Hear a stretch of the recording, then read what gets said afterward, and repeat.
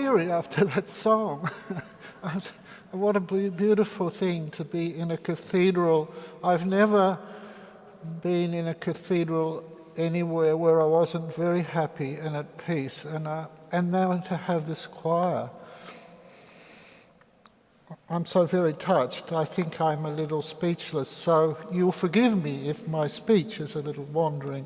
Thank you so much for being here tonight. It's very reassuring in these crazy times in which we live, which are so incomprehensible in many ways and so disturbing. I don't know whether that's just because I'm getting old. I don't have anything much to tell you in some ways. I'm often a bit astounded that I'm asked to talk because I have no particular expertise. I don't have any thesis or any training whatsoever. One feels a bit of a loudmouth when you talk about yourself, but I just understand I'm trying to talk about something I've done with a genuine heart. I have made many mistakes, I've committed many sins in my work and offended many people, etc. We are all human. And I look back with a bit of, not exactly regret, because what happened, happened. But I do wonder how I produced some of the things I produced. And that cuts both ways. I sometimes look at old work and I say, my goodness, did I do that? Or else I say, oh, did I do that? I couldn't do that now. So, but what I've been trying to do, and what I've been asked to do by the newspapers I have worked for, is to look at the world and say something. Say something in response to that world, which is not the voice of an expert, it's just the voice of someone who feels things very deeply, like we all do, and respond not with a clever witticism. I quickly got over that when I was very young, that culture of cleverness, which was so powerful and popular when I was young. But I thought, what can I say that's not being said in this newspaper, or what can I offer? And it's an offering, I guess, is what I do, which made me realise quickly that I wasn't like a normal journalist. I was operating more like perhaps an artist, or a musician, or a poet, or something like that. Something I hadn't been trained for, something that I didn't understand from my background. There's things that bother me about the predicament we're in. We are all in. We're always in some predicament or other, but it appears to me in the spectrum of my lifetime, it seems a very disturbing time. And that old question that's always been asked by humanity, is the world going mad? Well, that's a question I sit down with every day when I do my work. And it's not a bleak question, it's an interesting question.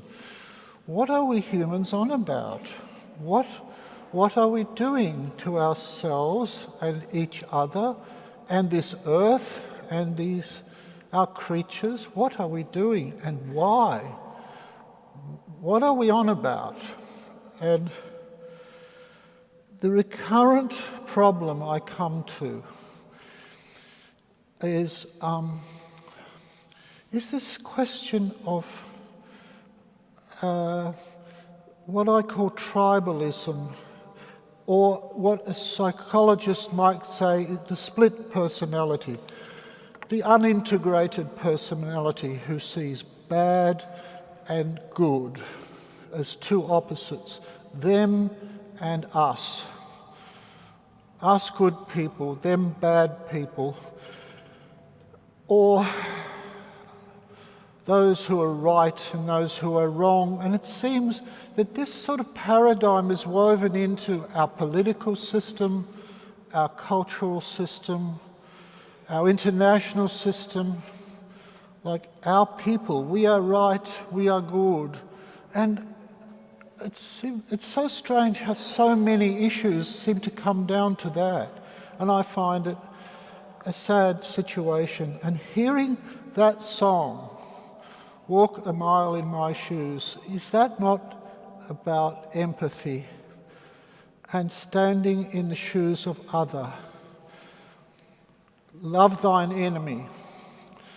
That very perplexing and wonderful statement has so much truth in it, and I think the trouble that that's got me into in my work, if one proposes that, why this war? Why do we have to hate these people? Why are we hurting these people? And as a child, why do we celebrate this day where we invaded another country that hadn't hurt us, etc., etc.? The stories are infinite. Our football teams are based on it, and I don't wish to do away with that, but it's an interesting thing, this tribal thing. And presently, I see an upsetting thing, which is what can be called the gender discussion, to put it politely. A very important and intelligent discussion, could it be? But I see it sometimes degenerating into them and us, and this saddens me greatly, because that way lies madness, I believe. I'm sounding a bit earnest, aren't I? But I'm sure with Peter we'll cheer up a bit.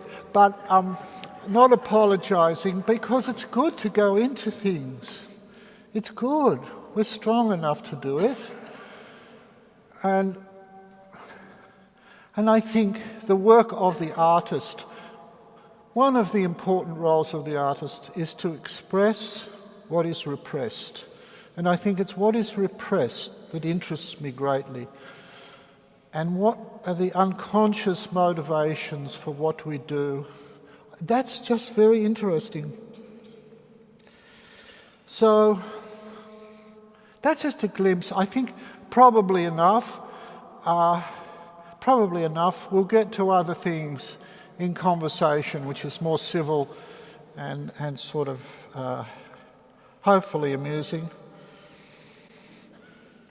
And I hope I get to some other things like my idea about mature innocence, that we are all innocent, still deep within ourselves. I think the conference has been discussing this idea of the prophetic imagination. I think we all have a prophetic imagination. I think we all have a level of genius in us, but we repress it and we turn away. So I think this is really important, and I hope we get to these things. All right, that said, and with the song still in my mind, we'll go back and we'll talk. Michael, I was hoping we might start by picking up one of the themes that you actually mentioned about the repressed and how we deal with that. My son and his partner, his partner's Canadian, and they've spent the last 7 years bouncing backwards and forwards between Canada and Australia. And 2 years ago, they decided they were going to settle in Australia after agonising about which of those continents they were going to live in. And then just on a year ago, Josh said to me, "We've decided we're going to live in Canada." And he said the reason that they were going to Canada was that he thought that, in his language, that Canada had its shit together better than Australia did. You've got to be honest with, quote people verbatim. And so he's a very gentle man, and I asked him what had sort of given him, led him to believe that. And he said, well, he'd become aware that both Canada and Australia had very similar histories, and in terms of how they took over, invaded someone else's country and dispossessed people, murdered people. He said, but the difference that he'd noticed was that about 30 years ago, Canada made some halting steps towards turning around and looking at its past. And whilst it's still got a long way to go, he felt like it had sort of lifted a weight off the Canadian psyche. Whereas he said when he came back to Australia, some of those sort of arguments were back on again about whether there was actually anyone here when the white people arrived, that the violence wasn't as bad as some people with a black armband view of history would have it. And he said that he thought that Australia was walking around with a large chip on its shoulder because it hadn't yet come to terms with its origins. And I'm wondering whether that sort of feeds into your idea that the repressed stuff and then what we do to deal with that. And then I wanted to spin how you use humour, because it's one of the topics that came to us off the board, is how you then use humour to sort of unsettle that. Now you're talking of our history in regard to the indigenous people. Yeah. Well, yes, that is a huge story. And how do we deal with it? Well, I don't know, quite frankly, but who does? But there's an old saying I heard somewhere about, I don't know the context of this quote. It said, someone was saying, in what we are faced with, anything we do will probably make very little difference, yet it's absolutely vital that we do it. Mm-hmm. And I can't remember where that came from, but it keeps haunting me that in the face of what we are faced with, we just do it. Now, the point is, you're talking about some wound, some massive wound, not just in to the people who were here, but to the people who settled here, because it is a wound to carry, and it's often unconscious, and that's what may be repressed. So we're talking about a wound, and what you're asking is, how do we heal this? Now, there is this word called cure in the English language, the cure. That word comes from the word care. A cure is seen as the sort of fixing it up. It is done. It is solved. Problem, disease cured. But care is a different thing, and they are the same. Care is ongoing, and care is attention, intelligent attention, love, holding, caring for, etc. It's a very different thing to cure, but they're from the same origin. So, we don't know the answer yet. We know many people are working towards this in the face of opposition and snide remarks and your lefty lovies or whatever these put-down words are about people who care about such things. But you just keep doing it, don't you? I mean, you just keep caring, and the work of care. That's as I see it. And the capacity, the human capacity to find ways as we go, and the doing is in the going. And so as if one must just keep on with it. There's no magic fix. But gradually I sense there's an awakening happening, and I have some great, not hope, because I don't have much hope. I have enthusiasm, but I don't have much hope. So it's changing. It's changing little by little. Things are emerging, and the better it gets, the worse it gets, etc. The more things change, the more they stay the same. All these dismal sort of things you can say, it's all true, I think.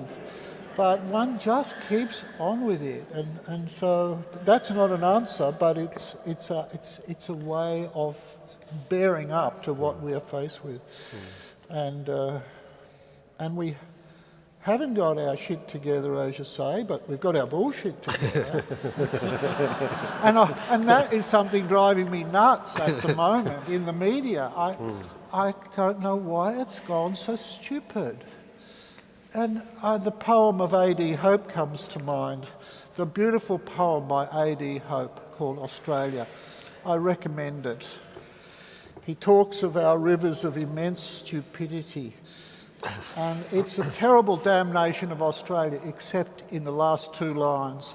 And for the last two lines, it's very interesting. A.D. Hope, Australia. I won't Google it now on my phone and read it to you. One of the things that bubbled up during the conference was the idea that faith communities could start small, and it would be something that could be extrapolated to any interested community, where people who see the need could be inviting local Indigenous people to come and share the stories, so that there would be truth-telling. Just beginning the truth-telling process that we learnt from South Africa, that you need to do the truth-telling before you can even begin to explore reconciliation. And I suspect the offhand way in which the statement from the heart was dealt with, which was that beautiful, well-considered document that so many people had put so much energy into, the fact that it can be dismissed so lightly says maybe it's communities that actually have to do the groundwork. And I often say of politicians that they're actually not leaders, they're followers, and we just have to show them where they should be going. So maybe if more communities were to look at the statement of the heart, book reading groups, parish communities, then we could. So Glenn's got an idea, partly one of the things we want to do with some of the funding is to get copies of the statement of the heart and distribute them to every community we can think of, CWAs, pony clubs, anyone, and get them all to sign it, and then build a huge installation of we the people want the statement of the heart to be honoured, or at least explored, or at least have a dialogue about it. Yeah, that's a good idea, but I have the feeling that would be met with just as much dismissiveness. Possibly, that wouldn't surprise me. Yeah. So what I'm saying, Peter, is that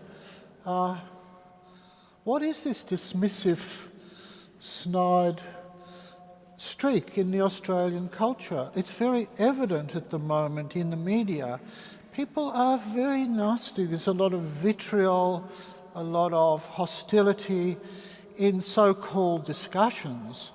I think the media is thriving on a lot of this conflict of bitterness, which is going nowhere as far as I can see. I don't know, it might be different up here in Brisbane where the sun is shining more, but I hope so. But This is the home of Pauline Hanson, remember? Well, yes, Pauline. Well, she's one of us too. Yes, yes. Well, she's certainly one of us, but anyway. So this whole political system is based on this, as I'm saying, this split thinking. It's either you have these people or you have those people, and they're at each other's throats. And in the media, people are at each other's throats. And I think, why must this be so? And there could be answers, some answers, but in my lifetime, it seems to me it's getting worse, because we're going so much faster now as a society. We hurtle along. And when people hurtle along, the soul gets very frightened and our anxiety level goes up just subliminally. And when the anxiety goes up, the anger goes up. And this dismissive thing, no time to hear you, no time to listen, to put something on the table and look at it. That's what bothers me, is no matter about the worthiness of a proposal, it's worthy, but how do people soften and open up to truth? How do they? What about the role of the artist and the poet and the musician that you were talking about before, and your own work, where you use innocent things like ducks to invite people into a different space? Like I think you're seen as a national icon, and yet if many of the things that you do were done in words, people would take even, you talk about offending people, but if they were put into a narrative or a direct statement, they would be probably challenged even more. So maybe there is this capacity in the artist, and maybe we need an artist revolt. Well, I'm working in a primal way, a childish way. It's regressive. It's a regression. It goes downwards into our base of innocence, really, and our primal self. It's what a child does when they make a drawing or invent a song. It's primal, and I think we've had a culture of aspirational upwardness, intellectual aspiration. That is a good thing, but if it's the only thing, if it's the highest thing, this idea of excellence, award-winning. Why does everything have to be award-winning? Can't it just be? And what is this separation of these excellent people and down here insignificant people? Because everyone is a child initially, and a child, in most cases, if they are lucky, if they have been fortunate, and many haven't been fortunate, have a gift, a great gift of wonder and seeing things openly and in a raw, truthful way. They are great moralists. Children have a beautiful conscience often, very young. They have a sense of fairness and justice and injustice.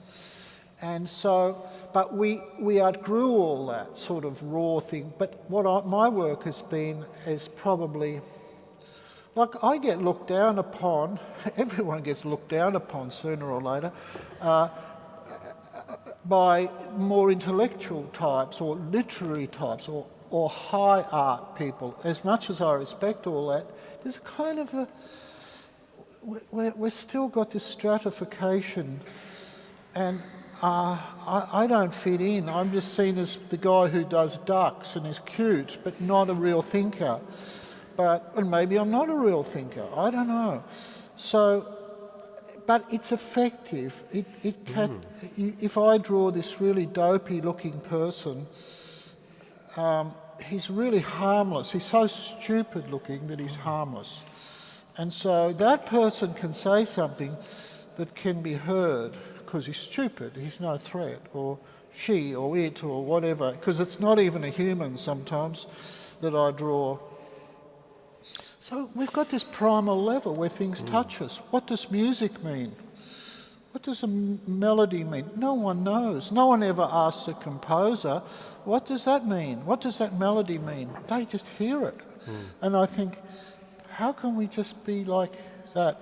Like, I envy the musicians, because what they make we can all appreciate. We don't tie ourselves up in neurotic knots about it. We hear it, we either like it or we don't like it. So I'm trying to work at an unconscious level, and it's very difficult because there's not that much. You can't be very elegant or very clever. You can't. It's pretty primal and infantile. But people need it. It's what the poets do in a way. It's what the poets have always done. And express what is repressed is one of the things We all have an inner fool and a lovely divine fool, and if you bless that by drawing it, you say it's okay not to be award-winning. Your life has value. Your feelings are divine and strong, and they make life worth living. Your love for others is what life is about, and you can do it. It's all within the realm of possibility. And yet we torture ourselves with trying to be important or something. But I may be wrong here, because I think people in their ordinary lives around their kitchen table do these things I'm saying. There's also a lot of common sense going on, and a lot of struggle going on, and a lot of failure, and a lot of pain, and a lot of joy. It's the whole thing. But the media doesn't see that too much. We have to have celebrities. So I think you're basically saying that the work of the artist and the musician and the poet is actually one of the devices we still have left to be able to unlock that innocence and that sense of deeper purpose. We talked, and I guess the some of the interest in things like mindfulness and yoga and those sort of practices are also awakening that in people. I mean, there are people who do mindfulness because it makes them more successful as an executive, and I think that's probably not true mindfulness, but I suspect there is also this groundswell going on of people who are really, really trying to touch into the stuff that you're describing, and I think we need to maybe find ways to have those conversations. Yes, and actually do it, because, I mean, sometimes you don't even have to have the conversation. There's a lot of conversations going on, sort of, but I think to actually turn away from the conversation and do it, whatever it is. Just do it with your hands, with your mind, and we can distract ourselves with endless conversation, and it feels good, and there's a sense that something is happening and something might be happening. But I'm also in favour of the creative life, bringing something into existence that has not existed before, whether it be your garden, your vegetable soup, your artwork, your music, whatever. Living creatively. And it lies within our capacity to do it, and it's fulfillment, and there is contentment enough. It's like what did St. Paul say about the fruits of the Spirit, kindness, love, joy, long-suffering, etc. These are the fruits of the Spirit, and we're capable of all of that. That's what I like. It lies within our grasp. We don't have to see too many movies. No. And a lot of your work invites people to simply reconnect with nature. So go and contemplate a tree.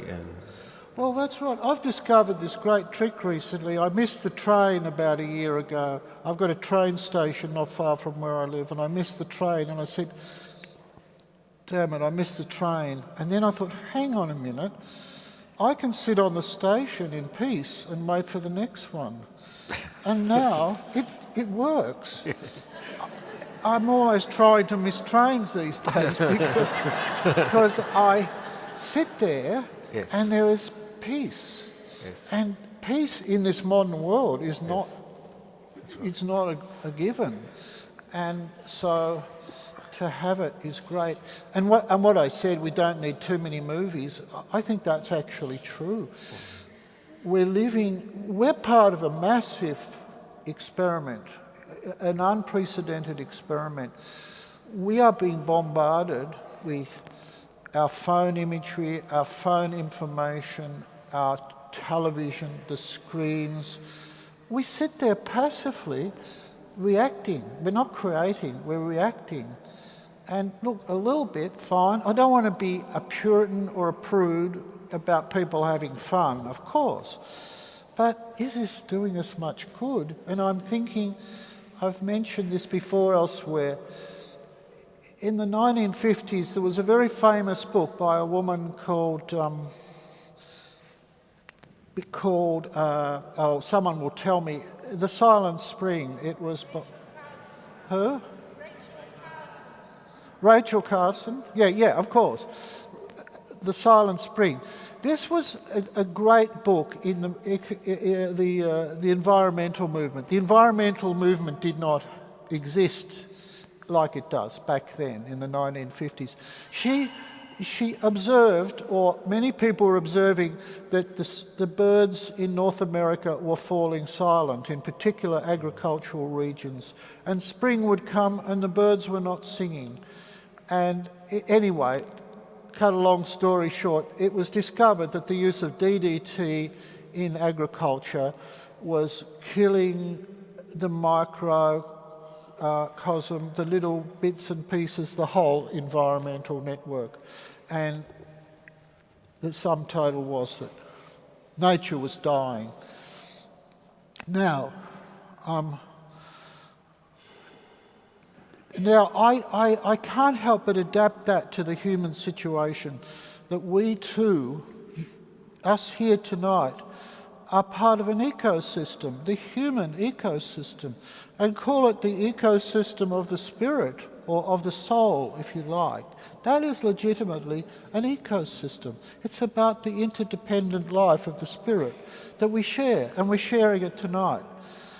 You share it when you go home. And I think, what are we putting into it that is hurting it? Just as they discovered DDT going into an ecosystem with terrible consequences, what are we doing to ourselves? This fragile inner world, and we think we are strong, and that's how they thought about nature. Nature is powerful. Yes, it is, but it's also vulnerable. And we think we are strong, I think. And how much can you take in? How much toxicity of imagery, of ideas? It is a very delicate thing to talk about because it sounds like I'm advocating some kind of censorship, and I'm not. I'm just advocating care and understanding of what we are doing to ourselves when we take in too much trash and too much violence. I ride on an aeroplane, I look at the so-called in-flight entertainment, and you look along, and there's all these respectable-looking people flying through the air, and they're looking at scenes of people shooting each other, punching each other, hitting each other, right down the aisle. And I'm thinking, the world has gone mad. That's what I think for a moment. And maybe it has. What are we doing to ourselves? What are we putting in there?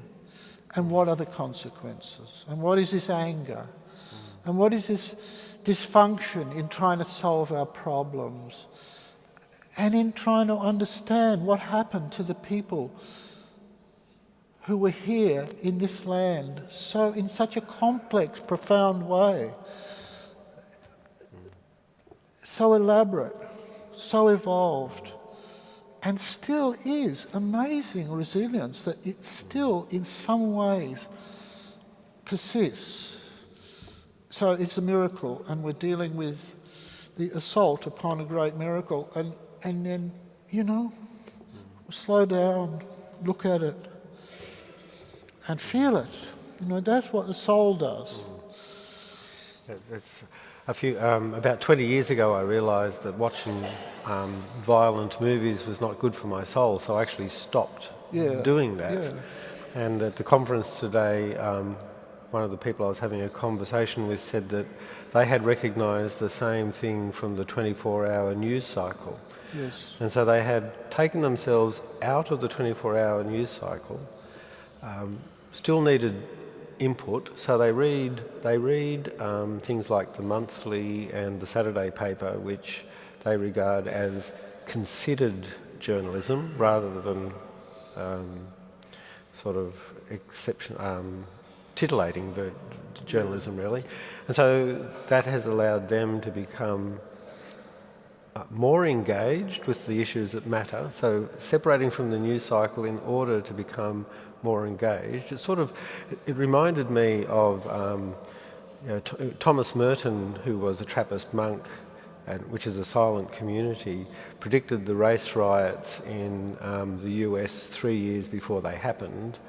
And people when he said this is going to happen, these ghettos are going to explode, people poo-pooed him because black people have lived like that for decades. Why should it suddenly change? And when it erupted, they were staggered at the fact that Merton not only had predicted the uprising, but had predicted the way in which it would manifest. And then they said to him, "We're just really quite astounded at your capacity to be a prophet when you're this monk parked out here somewhere." And he said back, "Well, I'm just amazed that no one could see it happening because it was so inevitable." He'd recognised in the 1940s that Harlem was a powder keg, and he was a bit surprised that it had taken another 26 years for it to explode. Yes. So maybe there's something for all of us in terms of you need to withdraw a bit in order to be more engaged. So to be a more useful citizen, we actually have to practice some sort of... Well, we can't do everything, can we? No. No person can. And what can we do is, what is the realm of possibility? I did a cartoon in recent times that comes to mind now because we'd heard of this word called FOMO, fear of missing out. And I made a poem called JOMO, the joy of missing out. and that's what I mean. It's the joy of missing the train, Yes. etc. And you only have to do it, and you say, hang on, I don't need to watch that, or I don't need to do that. And it's so easy to make. It's just a simple switch. You just flick a different switch. Although you should never compare a human to a machine with switches. And I think it's possible not to have, and the benefits are extraordinary. It's extraordinary. Trouble is you wake up too late in life. I think, why did I have all those things, whatever they were, those experiences or whatever? I mean, the travel thing amazes me now, that everyone travels. And in the poor places where they're travelled to, in the Cinque Terre region of Italy, they regard tourists as pollution. And that's what it's come to. So you think, but you could have stayed home and sat in your garden a bit or talked to yourself. There's an art in doing that. Yeah. Very good. But yeah, okay. I came to a dead end there. I decided not to say something. It's a pleasure not to say something. Well, that's right. We'll just allow the pause to enjoy the space. One of the subjects that was put on the whiteboard has really caught my attention, and that is how would you develop or describe spirituality in easy terms for very young children? Well, they're so good at it. They're so good at it. I thought you might say that.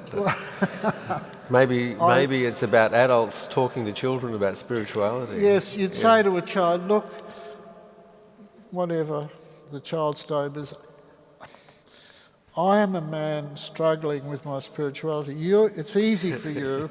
I'm having trouble, or something like that.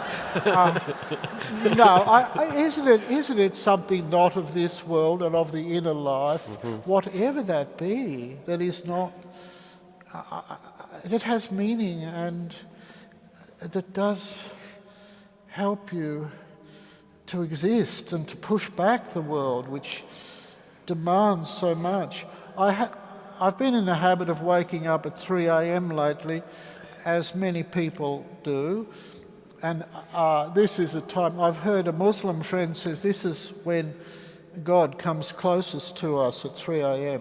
because we're closest to death then, I think. The heartbeat and all that is really low, and it might be just the time you fall off the twig. But one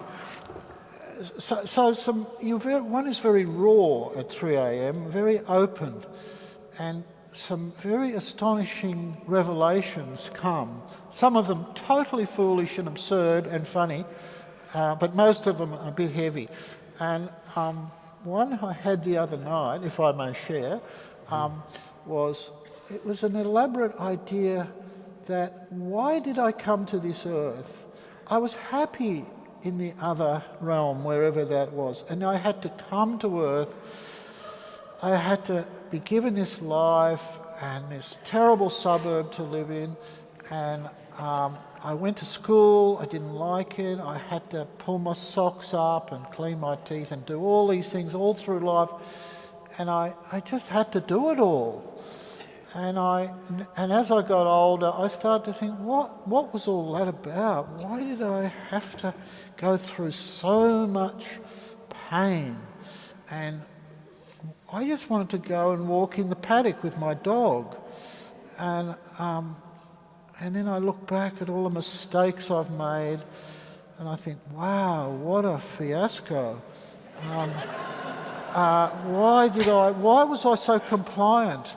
Why did I have to do the right thing? My wrong thing wouldn't have been too bad, but why these... And so this is a funny vision I got of existence, that we come here and we have it imposed on us and we're brought up. You've got to be brought up in a certain way. Anyway, it's a madcap thought that I had, probably no value in it, but I'm still walking around with that thought, saying, I think it's what can happen when you get older. It's a time of liberation, maybe. You realise you've gone along with all this stuff. I got conscripted, I got my call-up notice. Why do that to a young man?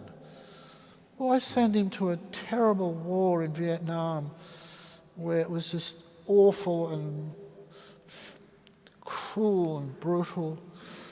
And it happened to all our ancestors. And I started thinking about, there's a lot of talk by women at the moment in the media about males and how terrible they have been. And yes, of course. And the patriarchy, etc. Yep. And I think, but think of the militarisation of the male mind. All our ancestors, all these males, back to prehistory, were being conscripted into war, dragged into war, taught the art of violence and killing in this tribal way. They are bad, we must kill them, etc. This is in our bones somewhere, maybe, in the white fella dreaming, I don't know.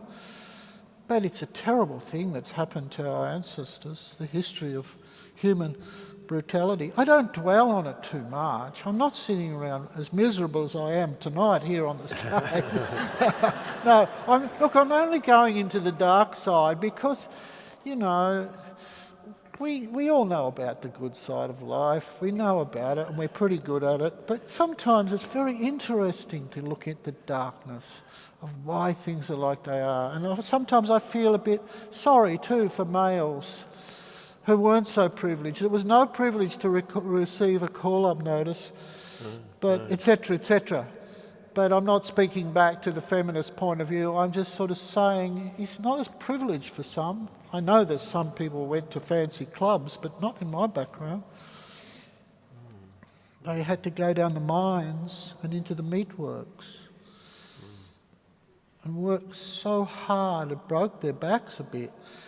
And then wars, etc. So that's back in our history too, and probably accounts for a lot of the brutality of modern life too. The insensitivity, the dismissiveness, refusal to look at the suffering of the Indigenous. It reminds them of their own suffering, their immaturity. We certainly explored some of that in the conference about the generations of people who returned from the war and were infantilised by the experience of and it went on for thousands and thousands of years back. And So in that in part invites us to explore how we might re-narrate our national story, because at the moment our story is, the two sort of great Australia Day events. One is Australia Day, which is Invasion Day, and the other one, which is becoming our really supreme religious festival, is Anzac Day, which has changed incredibly in my lifetime. I remember in the 1960s, when I was a young kid, Anzac Day was on its last legs. Because the veterans were getting old and dying out, and then suddenly it became this pivotal narrative about the Anzacs and the New Zealanders were there too. If you remember Julie Bishop's speech, it talked about the Australians here and Australians there, and oops, the New Zealanders were there too. But it seems to me that it's become a really quasi-religious, nationalistic narrative that is oversimplifying who we are, and also attaching us to an act of violence as the place where we discovered who we were. And so we've got Invasion Day and this celebration of military defeat with all of those complexities. So I'm wondering how would you, the cartoonist, re-narrate Australia? What festivals would you have on your little Leunig calendar as the events we express? In regard to these things like Australia Day and Anzac Day. Well, what would you replace them with? Love a Duck look, Day? I feel so sad for anybody who's dragged into a war. And interesting, my first headmaster at school was a Gallipoli veteran. He also went to France and was gassed and had lifelong weeping sores on his face and his hands. And I remember being sent to the headmaster's office as a young boy with a message from my teacher. And I watched him, and he was putting bandages on his hand, and he was standing there like this, and the bandage was hanging down, and he slowly wound it on his hand like this, and he said, "I'll be with you in a minute, boy." And then he put the bandage on, and I look back and I say, I saw an old Gallipoli veteran bandaging his war wounds. That's how close it was. And the sort of sadness of how it had made him it was not a pretty picture, his face and his hands. And the men who came back from World War II, who I remember, I was born at the end of the Second World War, there was a great movement amongst those men to throw their medals aside and not go and march on Anzac Day. It was a very strong... and it was a principled revulsion and rejection of militarism and what had happened, and they'd lost so many of their dear friends and been brutalised. So I thought that was a very spirited, proud and worthy thing that gave them meaning and was a really good therapy for them to some extent, I guess. And then, yes, it fell into this, it became a showbiz sort of thing, and that's sorrowful that but just remember, this too shall pass. I'm a great believer. If it lacks truth at its core, it cannot last like that. And soon the due reverence to young men and people having their lives destroyed will be remembered. And the War Museum in Canberra will not be funded by one of the biggest arms manufacturers in the world, etc., like is happening now. It's just a terrible disgrace, and it's a sign of the current sickness in our political system, which is not functioning well at the moment. And it's not functioning partly because of this always conflict, always them and us, always the good guys and the bad guys. where is the cooperation? It's too dire. There are too many important things at hand to be fighting in the lifeboats. We're all in the lifeboats in some sense. No time to squabble. But we have to put up with it. Do you think some of what's going on is that as we lose direct contact with stories, that they somehow get manipulated or changed? So, when at the Anzac Day, it would not have been possible in the 60s or the 70s to hijack Anzac Day in the way which I think it was probably John Howard managed to change its narrative status, because there were plenty of people around who had been in the war, and they would have told you, look, don't you dare narrate our story in that way. And as you say, there was that real pushback by World War II vets against the way Anzac Day was being. They reshaped it really, and then but see they've died out. And in fact, the World War II generation has largely died out, and certainly the people who were exposed to the rise of fascism in the 1930s, they're not our chief storytellers anymore. And maybe there's something in that as we get distant from a story, we have to be very careful that we allow the original voices to be rediscovered. So, we certainly have to do that in terms of the Aboriginal and frontier wars. We have to go back and find the voices that will allow us to hear that for what it was. And I think we might have to even be doing that for parts of the 20th century now, because it can get hijacked by people who can turn it into something else. Well, yes, of course, it's inevitable that these things get hijacked. We're so hung up on entertainment and stuff. But you just keep on with it, don't you? I mean, it's the old solution to all the problems. You just keep on with it. You keep trying and trying and trying. And ultimately, I think there's a sort of authenticity and a truth and feeling, genuine feeling, not kitsch representations of feelings, but the genuine truth of feeling seems to resonate in people, even if they can't admit it or talk about it.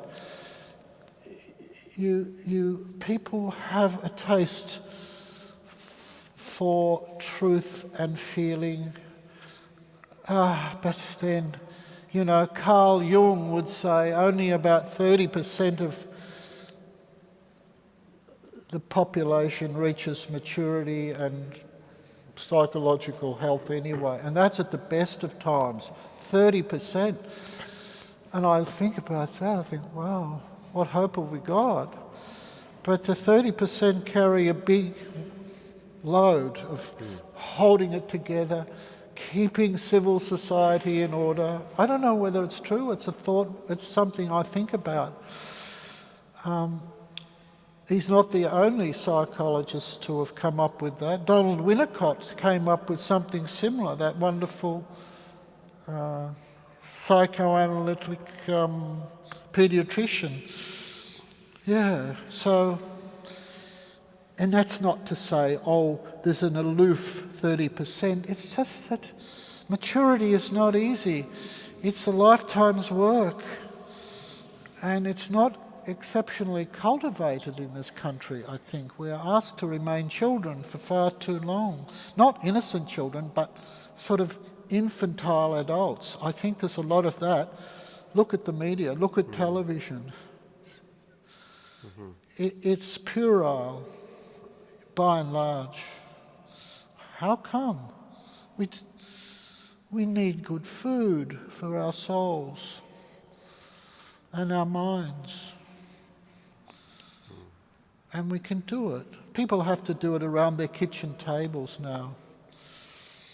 If they still eat from kitchen tables, I don't know. I hope so. Do you eat from a kitchen table? Oh, yes. Yes, very good. Excellent. So would you like to talk a bit about what gives you a sense of You said you didn't have hope, but you had enthusiasm. So what is the thing that what are the things that bring out the enthusiasm and encourage you? I don't have the list with me. Look, just getting up in the morning is a pretty good start. I don't know, just one day at a time, and there's always something to do, and you meet people in the street. People are a source of encouragement and dismay, but I don't know. I don't have any grand kind of hobbies, or I just do lots of things, and I just be, I think. No, I'm not very good with monumental ideas. I don't have any favourite artists. I just love lots of them, etc. So what encourages me, being here in the cathedral tonight is really pleasant and happy, and and don't see this beautiful building. They don't make them anymore. It's precious. It's lovely, and it works. It does work. It brings some sort of wonder and peace. I can't walk past the cathedral without walking in, sitting there and being quiet. And these lovely paintings on the wall here, beautiful. This gives me encouragement. Just that someone will pick up a canvas and make a beautiful painting, or this choir gives me encouragement. It touches me. It enlivens. So this is available. You can find it. And I went to the Melbourne Poultry Show last weekend. I spent the afternoon, no entrance. I didn't have to pay to get in. And there's all these different chickens and ducks and geese, hundreds of them, beautifully kept by people who are doing it because they loved the birds, not for fame or fortune. And they were keeping the line going. I heard them talking about keeping Grandpa's line. So these chooks were bred, back in the family. This was so uplifting to be amongst those people. No one was showing off. It was the chickens were showing off, and the sound of roosters crowing all constantly. That's sacred music. That's sacred music, truly. So that was a happy afternoon. And being amongst such genuine love of a good thing, chickens, It's good to love the creatures, I think. It's good for our health to revere the creatures, And we're all creatures.